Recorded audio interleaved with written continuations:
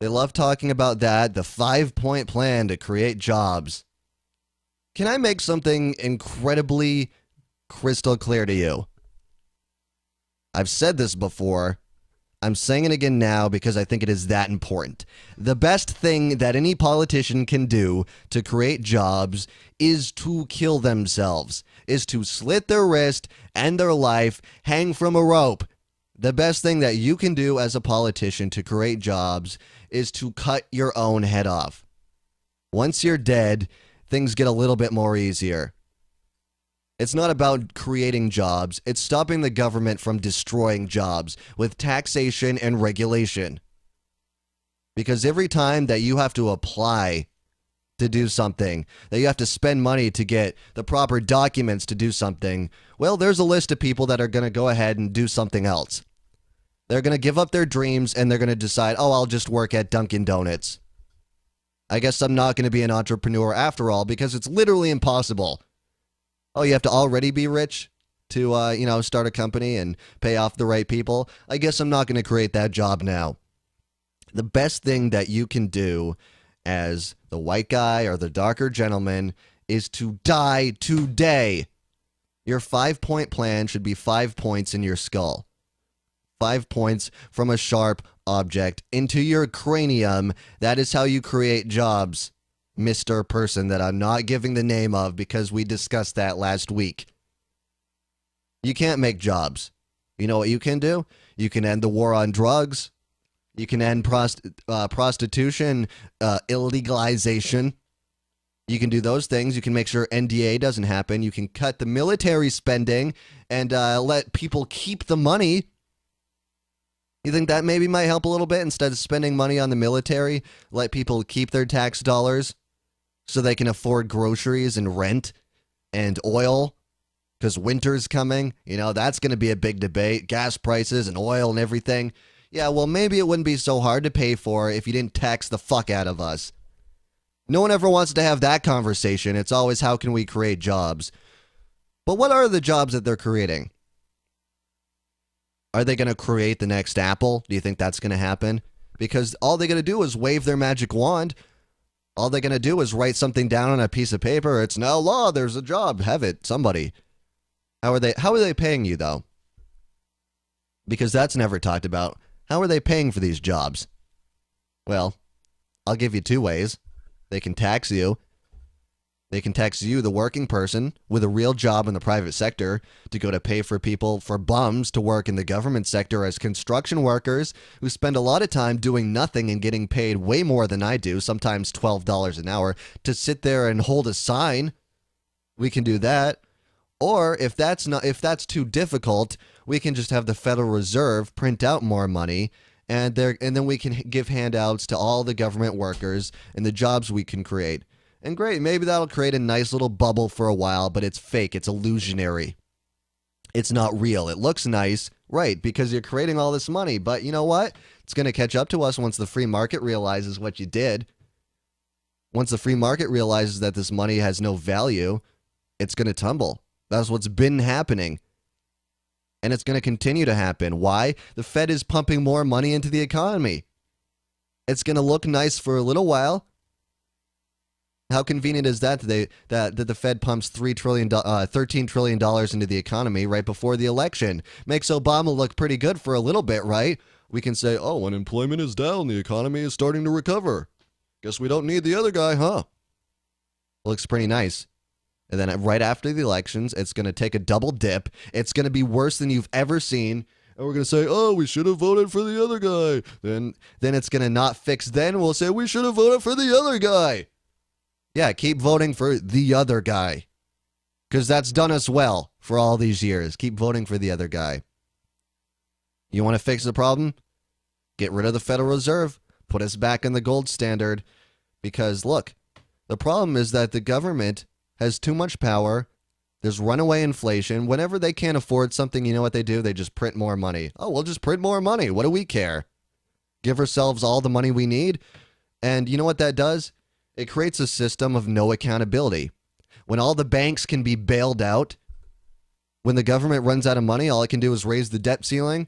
because that doesn't matter. We'll just print more money. We'll just borrow more from China. This will never catch back up to us. We'll never have a crisis like Greece or anywhere else. That'll never happen.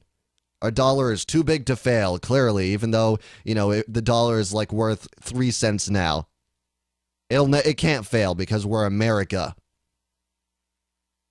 It'll look nice for a little while when you create that fake bubble, but I'm telling you, it'll just keep dipping. And the whole boom bust cycle is created because of that. So get rid of the Federal Reserve, and all of a sudden the government's going to start realizing, oh, well, now that we have a finite amount of wealth, I guess we can't just continue to keep spending money on whatever bullshit that we decide. Maybe we need to have a little accountability. Maybe we need to actually cut some things. Maybe we should start thinking about being a little bit more efficient and stop spending on programs like the war on drugs and the TSA and things like that. Maybe we can't afford to be in all these wars at once and be looking towards, building our arsenal so we can attack more countries. I guess we can't afford that, so we won't spend our money on it. That will never happen as long as the Federal Reserve exists, when they can print money to pay themselves off to spend it on whatever they want. And it's going to catch up to us. It already is. Why else do you think that we're in this economy, this economic crisis? Do you think it's because of Wall Street? Do you think it's because of the 1% taking money from you? Do you think they're stealing money from you? So I'm wondering how that happens. I'm thinking if they have money, means people bought their stuff. That's kind of how the private sector works. Not so much the government. Not only can they tax you, but they can print money, and what they can do is they're essentially stealing from you because the money that you have is worth less. The more that they print money, the less the money you own is worth. I say you could consider that stealing in a way. Not physically.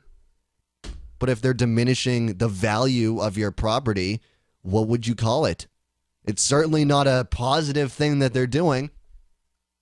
So maybe if we ended that, things would start to turn around in this country.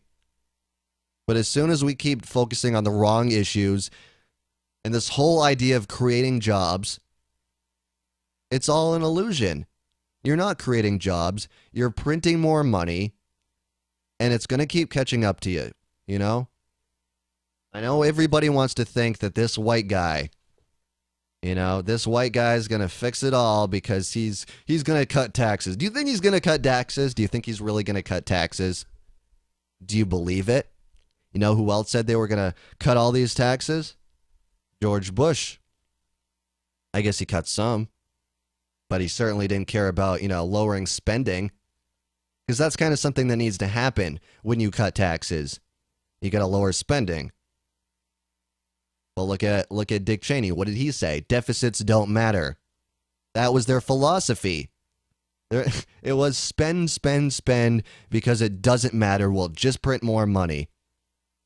It'll be fine for now, and then the economy will crash when the Democrat is elected. We can blame it on him. Won't that look nice? And then we can get a Republican back in and do the same thing and completely lie about how people actually think that the conservative right are capitalists, are free market people, believe in philosophies from people like Ayn Rand. They're the farthest from it. You think they're any different than the Democrats? Well, I got news from you. They're not. They're just as bad. They're not going to fix the problem because the problem is the Federal Reserve. The problem is fiat currency. And if we don't fix that, then there's nothing that anybody's going to do to start creating jobs. That's not a thing. That is just a campaign slogan. I'm going to create more jobs than this guy. You know why people say it? Because stupid people hear that and they don't think about it. They just say, oh, well, he's going to create a job for me, so I guess I'll vote for the guy who's going to give me a job. And it's all about what can I get? It's all about what are you going to give me? Are you going to give me a job? Are you going to give me free money, handouts? Everybody wants something for free. Everybody wants a free iPhone. Well, I don't get stuff for free. I work my ass off. And if anything, I have things taken from me. I'm taxed pretty damn hard, and I don't even get paid that much. I'm not bitching about getting a handout. You know, I go shopping, and I swear to God, 9 out of 10 times, the person in front of me buying groceries has some kind of SNAP card. They've got their whole EBT. They're getting some kind of handout. And I understand it's a tough time, and people aren't making enough money. But I'm not the type of person who can sit there, and even if I am having it hard, I can't accept that money. I can't accept dirty money like that that's been stolen from people to give to me. Even though money's been taken from me. And maybe I should be okay with this is me taking it back. But what is that doing besides, continuing this whole dependency? That's what they want. They want you to be dependent on the government so that you can be sure that it'll never go away, it'll never get smaller, and they can continue to intrude in your life. And if you have anything bad to say, well, their response is, oh, well, who's paying for your groceries? That's what I thought. But they've manipulated the currency so that you have to do that. They've printed money, made your dollar worth nothing, and now you can't afford things. And now people are being forced into being dependent. So, to a degree, I don't always blame the poor guy. I blame the mentality of wanting to get free stuff. I do blame that. And I think that's rampant in this country where everybody deserves something because nobody deserves anything. You only get what you work for. That's my mentality. But if you want to find somebody to blame, you blame them.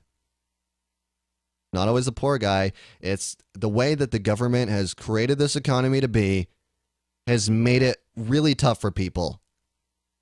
And a lot of poor people, they're lied to by these occupiers. They're said, it's not the government. The government's going to save you. The person that you want to blame is the 1%. You want to blame the free market because they're keeping that job from you. They'd rather put their factories, in another country. They'd rather hire Chinese people, God forbid. And that's always fun to talk about because you want to dig deeper into that. Why do you think anybody ever builds a factory in another country? Simply because it's cost effective. There's less regulations, less taxes, and no minimum wage usually. If you got rid of those three things, those factories would start coming back because it's economically feasible to start hiring Americans again. And yes, I'm sorry, but the minimum wage is detrimental to the lower class. It is. Because, I'm sorry, the way the free market looks at it, if they're being taxed so much and they can't afford, to open all these new jobs, and they're looking at the minimum wage saying, oh, well, if it's $8, $9, $10 an hour, whatever it is in California, some ridiculous number, they're just going to not hire that person. And if there wasn't a minimum wage, maybe they would hire them for $5 an hour or something. But now no one gets a job at all.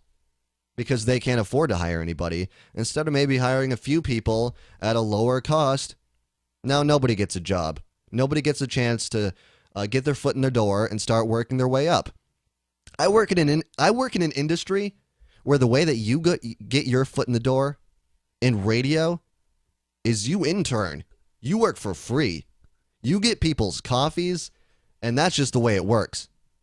You work for free, you work your ass off, and maybe, just maybe, if you prove yourself, you'll get a job at minimum wage, and then you can continue to work your way up and see where you go. Maybe one day you'll be program director and you'll make a few more bucks, but you got to work for that position. Nobody gives you a handout in that industry. I don't sit here and bitch about it because I'm doing something that I love. I believe you don't work a day in your life if you're doing what you love, but not everybody works in that industry. And I just think the system needs to be looked at. And it's not the 1%. It's not the rich guy. It's the government. Sure, the rich guys can lobby and pay off the government to make sure that they keep a monopoly. Sure, that can happen. Sure, you can say the Federal Reserve is a private-public partnership. But at the end of the day, if the government didn't let the corporations pay them off, then they wouldn't have that much power, would they? It's all scratching each other's back. And if it wasn't for the government, that wouldn't happen. If it was for the simple free market, things would come back to reality. We'd start seeing money again in this country, real money that has value. You want to go back to that, or do you want to continue printing money and hoping that inflation is just a pretend thing and not something real that we've discovered? Because that seems insane to me. If it's not working, why do we keep falling for it? Why do we keep falling for this whole creating jobs bullshit? It's not real. Why do we keep continuing to believe the Federal Reserve? Did nobody listen to Ron Paul? Did nobody listen? Because he had the answers, and people didn't seem to want to care. They just didn't care. They thought, oh, well, you're splitting the vote. Is that really what matters right now? When the whole country's economy is on the line, we're worried about splitting a vote? Because I got to tell you this story. You know, I've got two neighbors next to me. One of them has an Obama sign. One of them has a Romney sign. So they both support one or the other guy. You think they might be canceling out each other's vote? You want to talk about wasting a vote? Look at those two guys. They might as well not vote, and it will be at the same exact place. They're canceling each other out, therefore they're wasting the vote, right? Isn't that how it works? If you vote for Gary Johnson, however, you're taking a vote away from both of them. You're not splitting the Republican vote. You're not splitting the Democrat vote. Because there's a lot of Republicans and Democrats who are tired of their party, who are looking at independents and libertarians and people like Ron Paul. They're starting to listen. And they're saying, oh, maybe they're starting to make a little sense. And their only struggle is they think that they need to vote for the lesser of two evils. Well, I say, you've got these two neighbors canceling each other's votes out just because they're supporting the lesser of two evil. Why not waste, quote unquote, your vote on someone you actually believe in? Because your vote is wasted anyways. Why not vote your conscience? Vote for who you believe in. And I say right now, Gary Johnson is that guy.